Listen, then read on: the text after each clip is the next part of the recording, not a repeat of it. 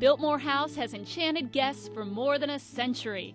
Built as the private home for George W. Vanderbilt, grandson of Cornelius, the shipping and railroad magnate. He came here in the late 1800s with his mother and really fell in love with the area and decided he wanted to build a home here.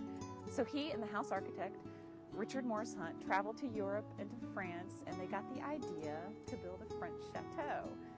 So it's 250 rooms, 4 acres of floor space, and it has some of the most spectacular views you'll find anywhere in western North Carolina. Spectacular is an understatement for the largest privately owned home in the nation, and much of it is open to the public.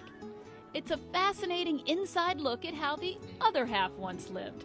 Biltmore House has 35 bedrooms and 65 fireplaces and is stuffed with priceless artwork and antiques. This is the breakfast room where more intimate family meals were held. Now each room is carefully preserved so it appears as if the Vanderbilts had just stepped out. All the original china and baccarat crystals stay set on the table, all once actually used by the Vanderbilts. We have all of the original furnishings. It's one of the really fortunate things about this house. A lot of historic homes, especially in Europe, people have inherited things, they've taken things away, and there aren't so many furnishings, but we really do still have just about everything. Everything, including a garden right in the center of the home. This is the Biltmore Winter Garden, although it's a garden year-round.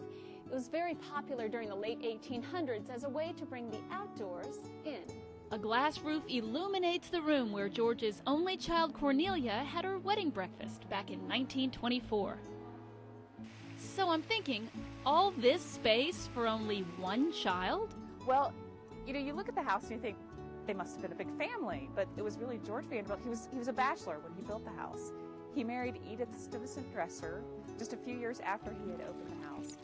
And they had one child, Cornelia.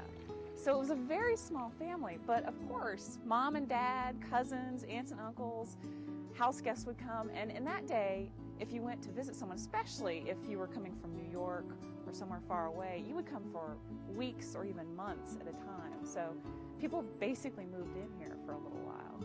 Yeah, you could certainly see why, as this majestic French chateau was a pretty sweet pad.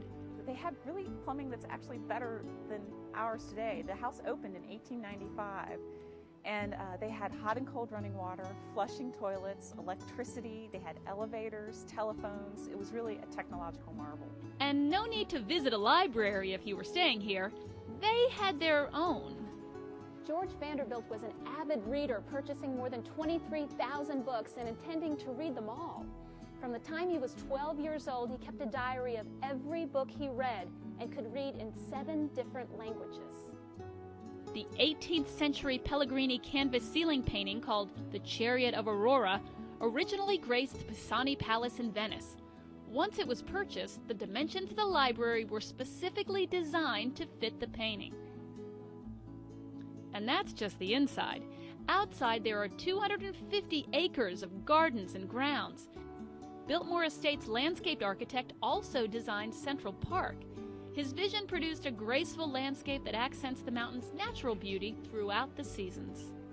But Biltmore House's favorite season seems to be the holidays. We pretty much decorate anything that doesn't move. There are approximately 3 dozen decorated trees in the house. Not to mention miles of garland, thousands of twinkling lights that transform every room.